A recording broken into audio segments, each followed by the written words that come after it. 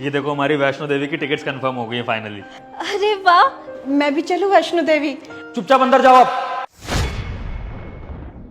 माँ आपको थोड़ी बहुत शर्म है कि नहीं? शादी के बाद ये मेरा पहला ट्रिप है मुस्कान के साथ और इसमें भी आप चढ़ के जाना चाहती हो हमारे साथ। अरे क्या करोगे आप हमारे साथ चल के? भाई हम सिर्फ दर्शन करने नहीं जा रहे, अपना कुछ प्राइवेट टाइम भी स्पेंड करने जा रहे हैं। इतनी सी बात समझ में आती है कि नहीं आपको? विभोर ऐसा नहीं है मैम। अरे मुस्कान कैसे दिक्कत नहीं है यार?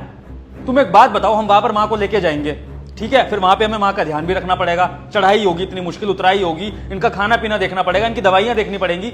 सारा दिन वो बेचारी वैसे ही आपका घर में ध्यान रखती है। अब हम एक छोटे से ट्रिप पर जा रहे हैं कुछ खुशी मनाने के लिए, तो वहां पर भी हम आपका ध्यान रखें? इतनी सेंस नहीं है आप में? आपको अगर इतनी भक्ति सूझ रही है ना, तो आप एक काम करो, घर में मंदिर है, इसमें पूजा कर लिया करो। और अगर फिर भी आपको शांति नहीं मिल रही है, तो आप एक काम करो, सीनियर सिटीजन का ट्रिप बनता है कभी कभी, वहां पर चली जाना वैष्णो देवी और अपनी तमन्ना पूरी कर लेना। लेकिन हमारे इस ट्रिप पर ना अपनी नजर मत लगाओ। हेलो सर, आपकी वैष्णो देवी की टिकट्स कैंसिल हो गई हैं। क्या? अरे ऐसे कैसे कैंसिल हो सकती है? अभी तो आपने कंफर्म करी थी। सर पता नहीं कंफर्म होने के बाद भी टिकट कैंसिल हो गई एंड आगे एक महीने तक कोई भी टिकट नहीं है। अरे यार मैंने अपने ऑफिस से छुट्टियां ले ली हैं, आप देखिए ना कोई और टिकट्स। हेलो, क्या हुआ? होना क्या था? लग गई मेरी मां की मनहूस नजर हमारे ट्रिप पे। टिकट्स कैंसिल हो गई वैष्णो देवी की। मैं तभी बोल रहा था मुस्कान, अब देख लिया तुमने, तुम्हारे सामने लाइव एग्जांपल है कि मां के नजर लगाने से हमारे ट्रिप कैंसिल हो गया हाथों के हाथों। बस करो विभोर, बहुत बोल लिया तुमने। ये ट्रिप माँ की वजह से नहीं, बल्कि तुम्हारी वजह से कैंसिल हुई है, तुम्हारे बिहेवियर की वजह से कैंसिल हुई है। जो तुमने अभी किया ना माँ के साथ, उसकी वजह से ये ट्रिप कैंसिल हुई है। क्योंकि कहते हैं ना कि माता रानी के बुलावे के बगैर उनके दर पे कोई नहीं जा सकता, और यही हुआ हमारे साथ। माता रानी ने बुलाया था हमें, लेकिन तुमने क्या किया? अपनी माँ को नाराज कर दिया।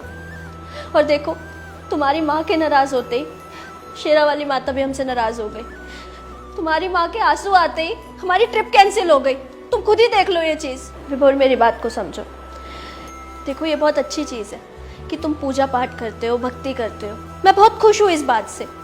लेकिन इसका मतलब ये नहीं कि तुम अपनी माँ की इज्जत ना करो, उनसे इस तरीके से बिहेव करो। क्योंकि उस पूजा पाठ का कोई फ़ायदा नहीं है जब तक तुम अपने घर में अपने माँ बाप को खुश नहीं रख सकते। क्योंकि सबसे पहले ना हमारे भगवान हमारे माँ बाप ही हैं। जब हम पैदा होते हैं ना, हमें नहीं पता होता इस दुनिया के बारे में, भगवान के बारे में। हमें कौन सिखाता है सब? हमारे माँ बाप। वही हमारे लिए सबसे पूज्य होने चाहिए। और तुम क्या कर रहे हो? तुमने उन्हीं को रुला दिया। विभोर, मेरी बात को समझो। भगवान ना खुद हर जगह नहीं हो सकते हैं, इसलिए उन्होंने माँ को बनाया है। तुम अपनी माँ को खुश रखो, पहाड़ों वाली माता अपने आप खुश हो जाएंगी।